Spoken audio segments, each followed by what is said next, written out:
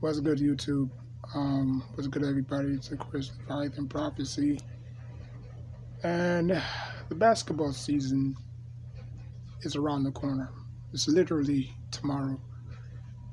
Within 74 hours, 24 hours, however you want to slice it, dice it, basketball is here, and thank goodness.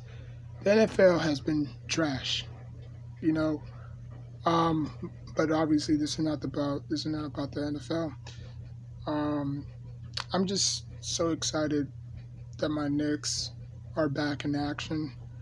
Um, you know, the game that we tip off, well, not really tip off, but game, the game that we play is against the Grizzlies. I think we match up well against the Grizzlies. I know the Grizzlies have a ton of weapons. They got Adams, they got Desmond Bain, they got John Morant. You know what I'm saying? Um, I think they required Kelly Oubre. Um, so they're not going to be easy to beat. And we did fare well against them last year. I'm surprised that we kick off the season against them. I thought it was going to be, the Atlanta Hawks, seeing how they're the ones who beat us in the playoffs last year or the year after. Um, but it's just good to see basketball back. I do have high expectations, for my Knicks. I want RJ to take that next step. Bronson, I want him to be a facilitator. I want Randall to play more off the ball. Um, and just play his game, just play his game. Um, I think this year is going to be fun. Uh, we did pretty well in the preseason. I'm glad to see that. I don't really care about the wins and losses um, because the Bucks went 0-5, and then obviously they went on to win the championship. So, um, but but but preseason is there for a reason. People say, "Oh, preseason doesn't count." It's not. It doesn't count for you because you're not playing. It's for the people that's trying to, or it's for the players that's trying to make the team. A lot of people get that confused. I don't know why people constantly keep on saying that. Oh, it doesn't matter. It doesn't count. Of course, it counts. It counts for them, because they trying to make a roster spot. Whether it's the NFL, NBA, they're trying to make a roster spot because you're gonna be the same ones that'll be cheering them when they make a big play. You know, so it's good to evaluate the roster from top to bottom, because you never know, you know. Like, prime example, look at Victor Cruz. Victor Cruz was an undrafted free agent preseason game, torched the Jets. And then obviously he became to be the household name. Should have had his jersey retired, but then again, he didn't really play long enough. So Toomer did. Amani Toomer played longer than Cruz, and his number hasn't been retired. Obviously, I think he said that he didn't want his number to. I think he said that he didn't want his number to be retired. Because he felt like what's the point of it hanging up there, to collect dust. You know what I'm saying? So it's better for the legacy to go on. You know. Um, but I'm happy to see everybody. Very disappointing season last year. I thought when we took that step in the bubble, we won 40 plus games. A lot of people said, wait a minute, is the Knicks for real? Is this Knicks team this and that? And then after that, we followed the next season just abysmal. We won like 37 games. So this year, I really hope, if I had my book with me, I already wrote down I just wrote down the first 16 games of the season for the Knicks. Um, But yeah, man, like I'm very very excited on what we can do this year. Um, but yeah, I just want everybody, you know, um, to stay healthy. That's the big thing, Mitch.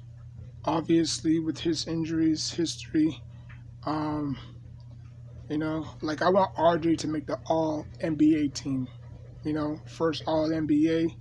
I think Mitch is going to be Defensive Player of the Year. I think he's going to win his first Defensive Player of the Year award. Because the way he was just beasting in the preseason, I mean, imagine if he does that for 16 games. I know it's 82, but I'm just counting the first 16 games, because I don't count the first two. I mean, the Knicks can go 0-2, or any team can go 0-2. There's still enough games to be played.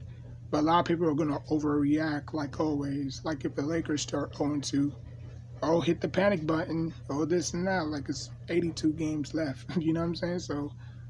Um,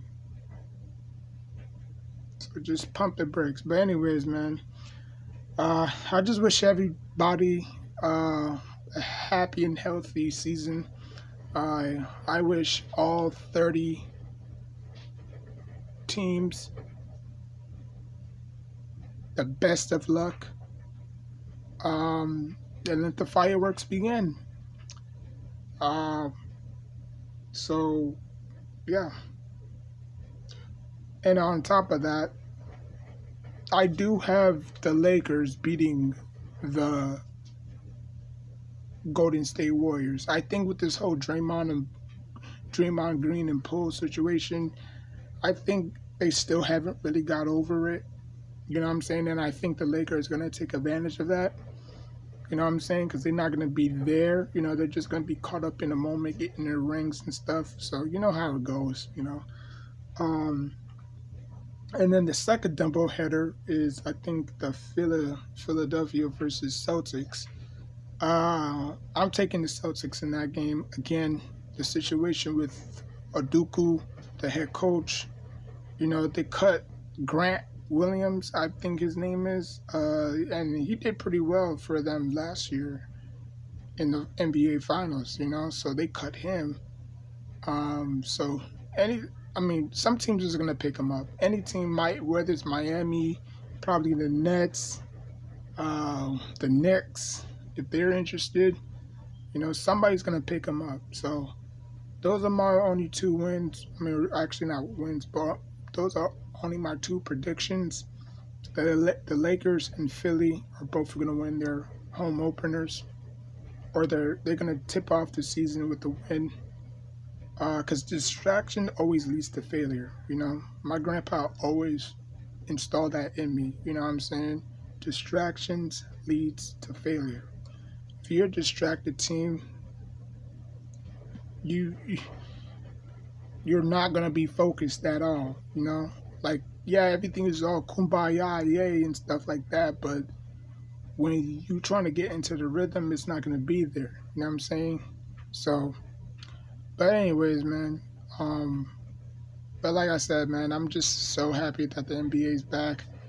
The NFL has just been very, very sad. The NFC East is up, which has been down for the past 5 years. Now, all of a sudden, outside of the Commanders, it's probably going to be a three-way race. You know what I'm saying? So, but anyways, I have the Clippers winning it all. I have the Clippers winning 60 games. Because if you really look at their schedule, they favor in all of them. Outside of the Suns, for the first 16 games, they're favored in all of them. They have a very easy schedule. The Lakers have a hard schedule. If you look at the Lakers schedule, oh my goodness. Whew. But like I said, man, the Clippers only face the Suns. I think that's probably going to be their true test. I think they'll probably lose to that team, but I believe they'll face them again down the road. With the additions of John Wall, it's just too much. I mean, the NBA is just, it's crazy. It's crazy. So,